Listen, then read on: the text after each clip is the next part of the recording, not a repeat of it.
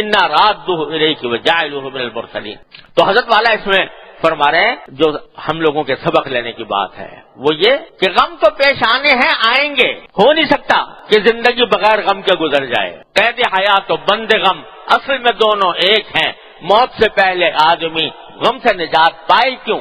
جب تک انسان کی زندگی ہے غم تو آئیں گے. اور کیوں نہیں آئیں گے؟ خود غم اور خوشی دینے والے نے یہ کہہ دیا کہ وَلَنَبْلُوَنَّكُمْ بِشَيْءٍ مِّنَ الْخَوْفِ وَالْجُوعِ وَنَقْصٍ مِّنَ الْأَمْوَالِ وَالْأَنفُسِ وَالثَّمَرَاتِ.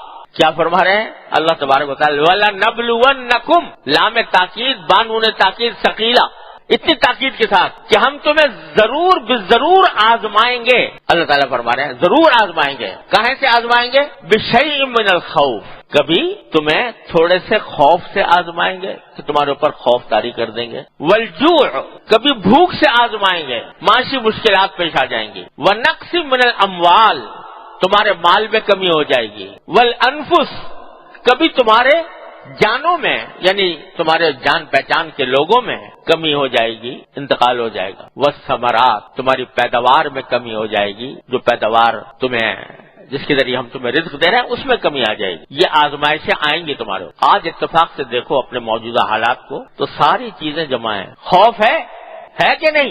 ہر انسان کو خوف پر خوف ہے، انجانا خوف کہ پتہ نہیں کس وقت کیا ہو جائے، کسی کی جان مال آبرو محفوظ. خوف ہے. جوع، بھوک کا اشارہ ہے معاشی بدحالی کی طرف. معاشی بدحالی دیکھ لو کیا ہو رہی ہے، تجارت ٹھپ ہے، معیشت تباہ ہو رہی ہے. جوع. اور مال میں کمی، کبھی مال لٹ گیا، ڈاکہ پڑ گیا، کبھی مال میں اس طرح کمی واقع ہو گئی کہ پیداوار ہی نہیں ہو رہی، تجارت نہیں چل رہی. انفس، جانیں روز جانے جا رہی ہے. اور کس طرح جا رہی ہے؟ وہی جو رسول کریم سرور دو عالم صلی اللہ علیہ وسلم نے ایسا معلوم ہوتا ہے کہ آج کے حالات دیکھ کر، آنکھوں سے دیکھ کر فرمایا تھا کہ یکثر فیکم الحرج، تمہارے اندر آخری زمانے میں قتل بہت زیادہ، حرج بہت زیادہ ہو جائے گا. صحابہ کرام نے پوچھا حرج کیا چیز ہے؟ تو آپ نے فرمایا کہ قتل بہت ہو جائے گا. اور پھر یہ فرمایا ایسا قتل، اس طرح کا قتل کہ لا یدرا من قتلہ وفیما قتل، پتہ نہیں چلے گا کہ کس نے قتل کیا اور کیوں کیا. دیکھ لو آج کے حالات کہ بھائی آخر مفتی عبد المجید دین پوری صاحب رحمۃ اللہ علیہ کس کا کیا بگاڑ رہے تھے؟ حضرت مولانا اسلم شیخ پوری صاحب کس کا کیا بگاڑ رہے تھے؟ کوئی دشمنی تھی، کوئی سیاست تھی، کوئی تنظیم تھی، کوئی فرقہ واریت تھی؟ کچھ بھی نہیں. کیوں قتل ہوئے؟ کس نے قتل کیا اور کیوں قتل کیا؟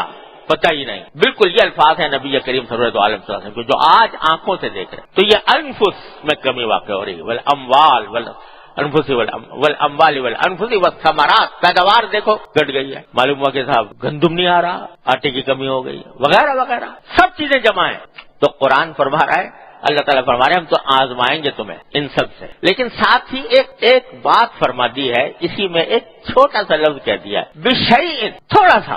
یعنی ایسا نہیں ہوگا کہ یہ خوف دائمی ہو، یہ بھوک دائمی ہو، یہ جانوں کا ضیاء دائمی ہو اور اموالوں کا ضیاء دائمی ہو. تھوڑا سا. یہ اور بات ہے کہ ہم جیسے لوگوں کو یہ تھوڑا بھی بہت لگ رہا ہے، لیکن اللہ تعالیٰ فرماتے ہیں یہ تھوڑا سا تھوڑی سی آزمائش آئے. تو اس تھوڑی سی آزمائش کی جب کہہ رہے ہیں کہ آزمائیں گے، تو جو غم ہے صدمہ ہے اپنی جگہ غیر اختیاری، اس میں کوئی نہیں. لیکن آگے جو بات فرمائی وہ ہے بشر الصابرین، خوشخبری دے دو ان صبر کرنے والوں کو.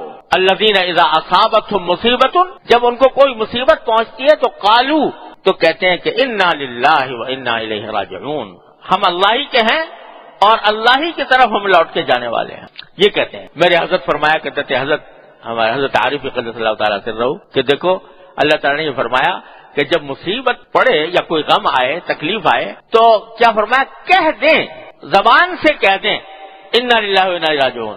چاہے دل رو رہا ہو، دل سینے میں شعلے اٹھ رہے ہوں، صدمہ ہو، تشویش ہو، لیکن ان کی زبان پر اللہ تعالیٰ کی تقدیر کا شکوہ نہ ہو، بلکہ وہ یہ کہتے ہیں زبان سے کہ ہم بھی اللہ ہی کے ہیں، اللہ ہی کی طرف لوٹ کے جانے والے ہیں. تو کیا ہوگا؟ اولئک علیہم صلوات من ربہم ورحمہ واولئک هم المہتدون، ان کے اوپر رحمتیں ہی رحمتیں ہیں اللہ تعالیٰ کی طرف، اور وہی سیدھے راستے پر ہے. تو حضرت والا فرماتے ہیں کہ غم کے موقع پر یہ سمجھ لو کہ دیکھو جو کچھ ہو رہا ہے اس کائنات میں ایک ہی ذات کی مشیت سے ہو رہا ہے. پتا بھی اس کی مشیت کے بغیر نہیں ہلتا. تمہیں وہ تکلیف پہنچی ہے، بے شک صدمہ پہنچا ہے، بے شک، لیکن پتا بھی ان کی مشیت کے بغیر نہیں ہلتا. جو کچھ ہو رہا ہے ان کی مشیت سے ہو رہا ہے. تو بے شک صدمہ کر لو، غم کر لو جو غیر اختیاری ہے، لیکن اس موقع پر کیا کرو کہ اس کو بار بار ذکر کر کے اس غم میں اضافہ نہ کرو. اب ہوتا کیا ایسے موقع پر آج کل جو ہو رہا ہے کہ مجلسیں جمی ہوئی ہیں، اس میں تذکرہ ہو رہا ہے، کیسے ہوا، کس طرح ہوا، کیسے غم افسوسناک بات ہوئی وغیرہ وغیرہ. اس کے اوپر کبھی حکومت کے اوپر لان تان ہو گیا، کبھی کسی تنظیم کے اوپر لان تان ہو گیا، کبھی کسی پر ہو گیا. بس نتیجہ یہ کہ جتنے جملے بول رہے ہو ہر جملے سے غم میں اضافہ ہو رہا ہے. یہ اختیاری کام ہے جو ہم لوگ کر رہے ہیں. اس کے بجائے یہی وقت جو ان تبصروں میں گزر رہا ہے، ان تذکروں میں گزر رہا ہے، وہی وقت اگر اللہ جل جلالہ کی طرف رجوع میں گزر جائے، اللہ تعالیٰ کی طرف رجوع، یا اللہ یہ صدمہ پیش آیا ہے، یہ تکلیف پیش آئی ہے، لیکن اے اللہ آپ کی پناہ مانگتے ہیں. اے اللہ ہم کمزور ہیں، آپ کی آزمائشوں کا تحمل ہم میں نہیں، اپنے فضل و کرم سے ہم سے یہ آزمائشیں ہٹا لیجئے. اللہ تعالیٰ کی طرف رجوع کر کے اللہ تعالیٰ سے مانگنا شروع کر دیں. تو کیا ہوگا کہ جیسا میں نے عرض کیا کہ قرآن نے شیئن کے لفظ سے اشارہ کر دیا ہے کہ یہ کیفیت ہمیشہ رہنے والی نہیں ہے، یہ جائے گی، انشاءاللہ ضرور جائے گی. اور کسی کہنے والے نے کہا تھا کہ ظلمتوں کا جو بول بالا ہے کوئی سورج نکلنے والا ہے، کہ جب ظلمتیں پھیلتی ہیں، تاریکیاں پھیلتی ہیں، تو اللہ تعالیٰ کی سنت ہے کہ سورج نکال دیتے ہیں. رات بعض اوقات لمبی ہو جاتی ہے لیکن سورج نکلتا ہے.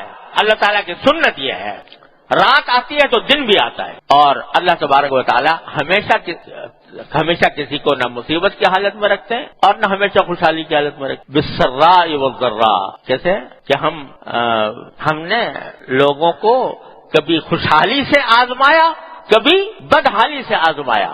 تو نہ خوشحالی ہمیشہ رہنے والی ہے نہ بدحالی ہمیشہ رہنے والی ہے. اس واسطے اصل بات یہ ہے کہ اس موقع پر کہ اگر خوشحالی کے موقع پر شکر کر رہے ہو تو سمجھ لو کہ سیدھے راستے پر ہو. اگر بدحالی کے موقع پر رجوع اللہ کر رہے ہو، اللہ تعالیٰ کی طرف رجوع کر رہے ہو، تو سمجھو کہ صحیح راستے پر ہو، اور انشاءاللہ وہ دور ہوگی، ہمیشہ رہنے والی نہیں ہے. اللہ تبارک و تعالیٰ کی سنت یہی ہے. اور اس میں بزرگوں نے ایک اور بات فرمائی ہے، اور وہ بھی قرآن و سنت ہی کی روشنی میں فرمائی، کہ مصیبت کے مواقع پر، تکلیف کے مواقع پر اگر آدمی اللہ تعالیٰ کا معاذ اللہ تقدیر کے شکوے پر اتر آئے کہ بھئی ہمارے ساتھ ہی ہو رہا ہے یہ معاملہ، اللہ بچائے، اس طرح کا شکوہ اس زبان پر آنے لگے، یا اس تکلیف اور مصیبت کی وجہ سے اللہ تعالیٰ سے قریب ہونے کے بجائے اللہ تعالیٰ سے دور ہو جائے. پہلے عبادت کرتا تھا، عبادت چھوڑ دی، پہلے جو معمولات تھے ان کو ترک کر دیا، اور اللہ تعالیٰ کی طرف رجوع میں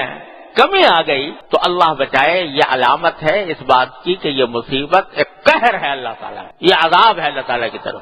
لیکن اگر اس مصیبت کے موقع پر بندہ اللہ تعالیٰ کی طرف رجوع ہو جائے اور یہ کرے کہ اس کی وجہ سے اس کے عبادت میں کوئی کمی نہیں آ رہی، اس کے معمولات نہیں چھوٹ رہے، اس کی بنا پر اس کے اللہ تعالیٰ سے دعا کرنے میں کمی نہیں آ رہی، اللہ تعالیٰ کے ذکر میں کمی نہیں آ رہی، تو یہ اس بات کی علامت ہے کہ یہ مصیبت رفع درجات کے لیے آئی ہے، گناہوں کی مغفرت کے لیے آئی ہے. وہ اس بات کی علامت ہے کہ اس کے نتیجے میں یہ اللہ تبارک و تعالیٰ اس کو نوازنا چاہتے ہیں، وہ پتہ نہیں کہاں سے کہاں پہنچ جائے گا اس مصیبتوں کے ذریعے.